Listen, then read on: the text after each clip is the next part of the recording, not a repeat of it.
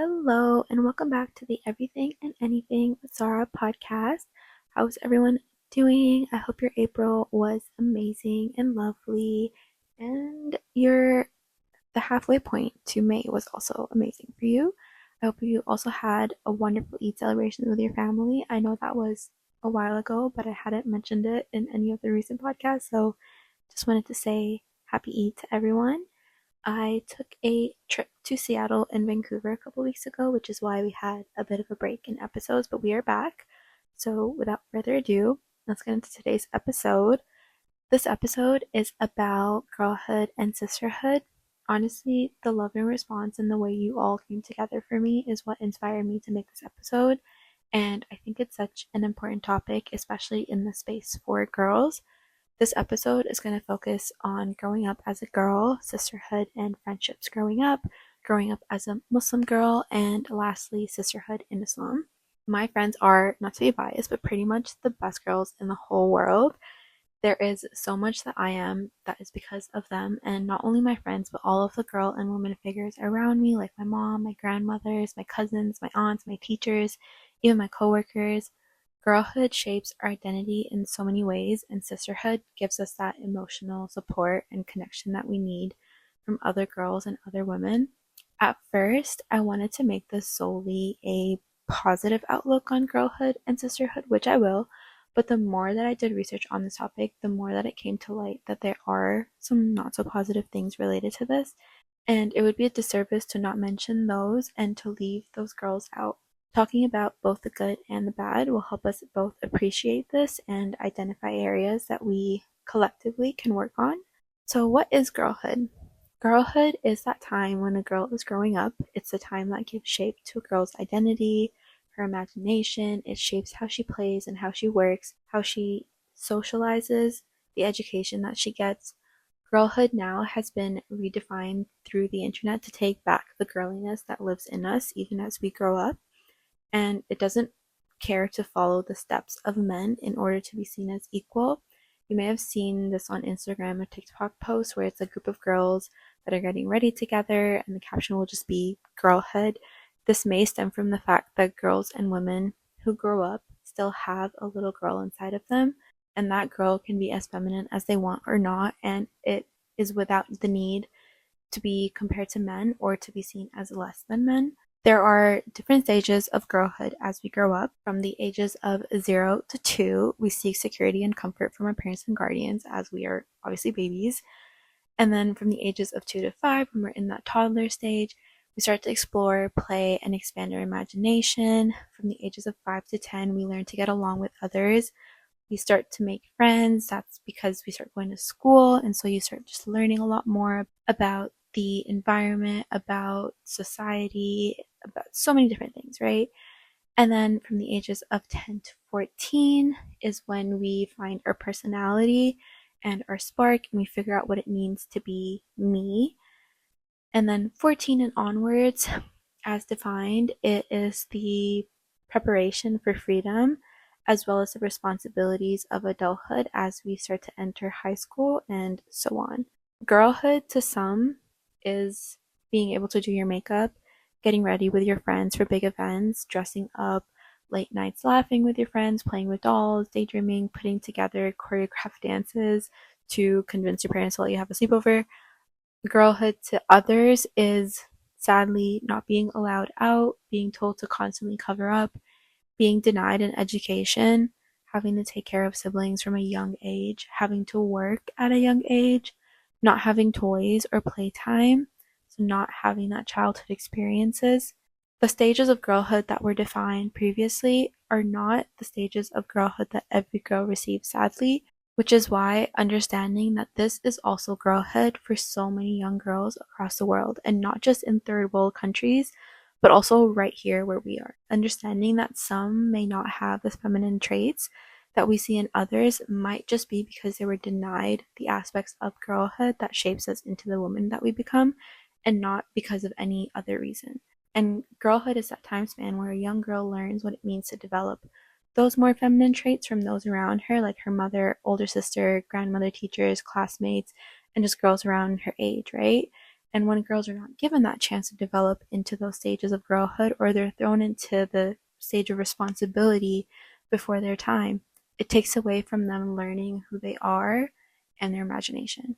And it also takes away their childhood from them. What this means is that we should include all girls and all women in things that we do as a community.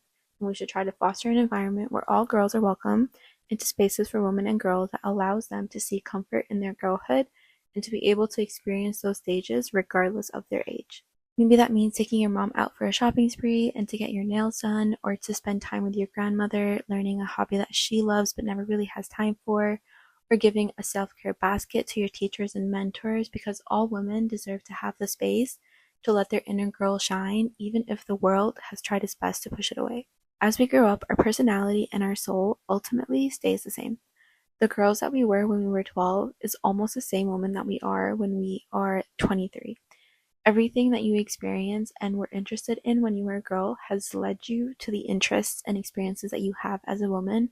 Those two are connected, and they pretty much will always be connected even as we continue to grow into other roles in our lives. The identity that we shape in our girlhood is an important part of the identity that we create in womanhood. Growing up as a girl is magical and is complicated. It's glitter and giggles, but it's also confusion and sometimes pressure. It's trying to navigate beauty standards at a young age, trying to understand unspoken rules of society, and handling the double standards that are thrown our way, sometimes without even realizing it.